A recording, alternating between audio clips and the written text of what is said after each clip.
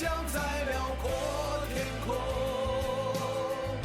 就像穿行在无边的旷野，拥有挣脱一切的力量。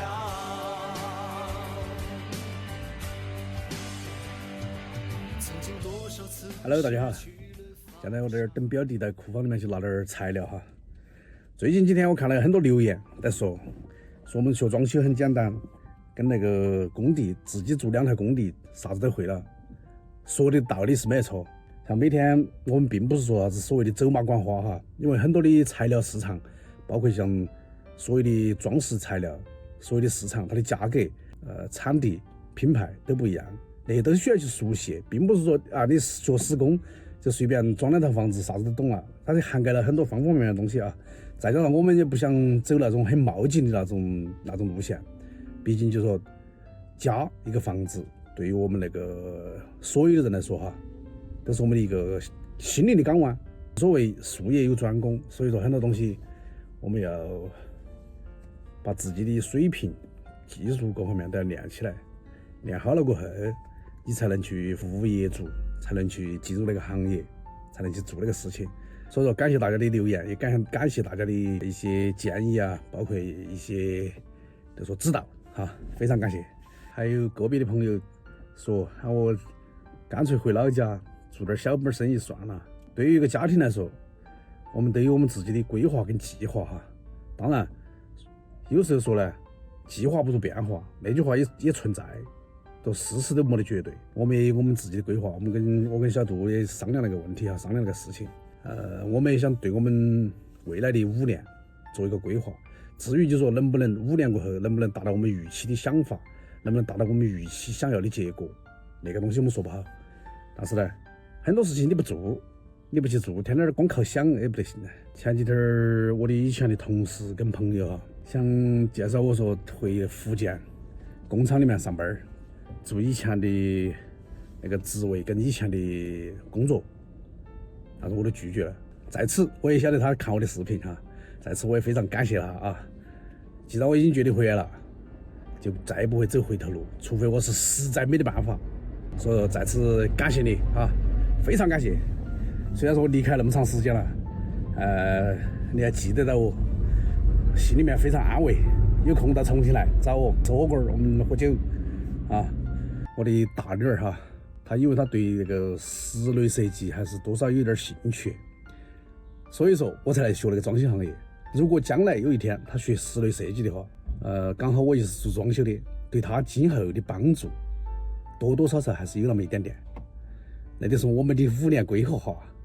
如果说今年到年底，我把那个整个那个流程，包括整个施工现场的那个细节掌握不了的话，干不了那一行，那么打道回府，我比较能做的，比如说像开出租车啊，是吧？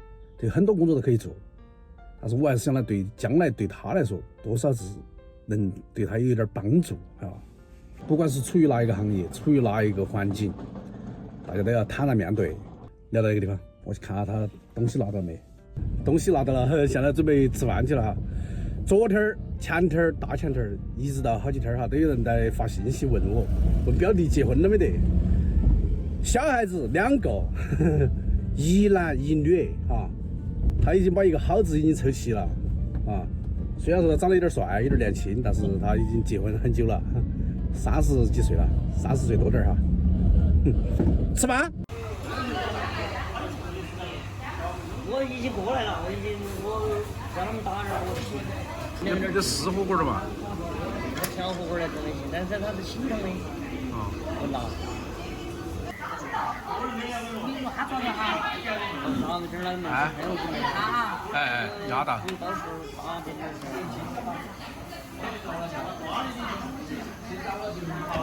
他是不应该他做。他老了，要搞活着。他们那筷子好长，他们都说我们筷子很长。因为我们的锅大噻。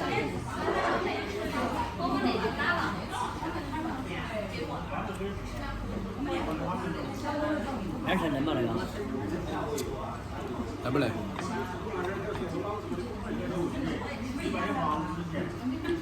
好烫哦！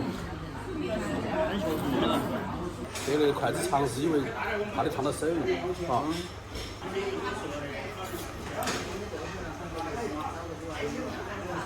哎呀，好辣哦！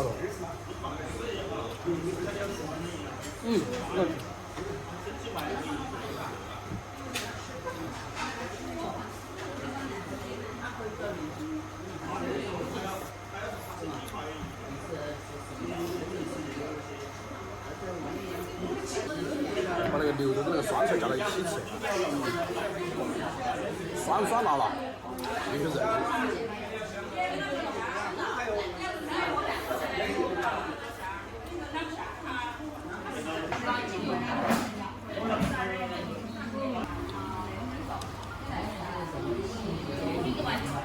有菜啊，有菜。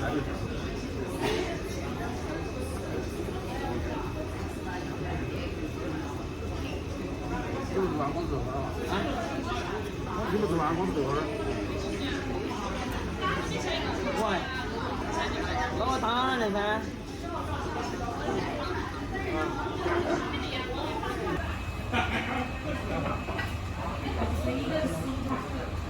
是不是啊？谁？我没吃过。那个我不吃了，吃肥菜。我这儿真的。不，减肥都失败了。这是我看过。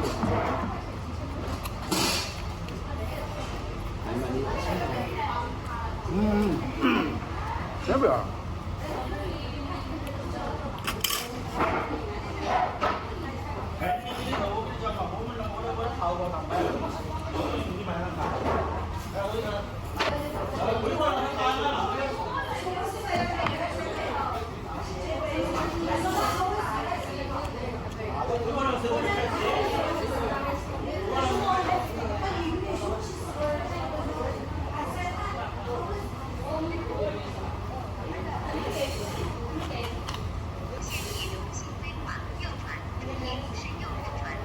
对，饭吃完了，奔赴下一个战场。刚才老板说了哈，那边是江北，那边是渝北，以那个街为中心哈，我们是处于江北和渝北的交界处。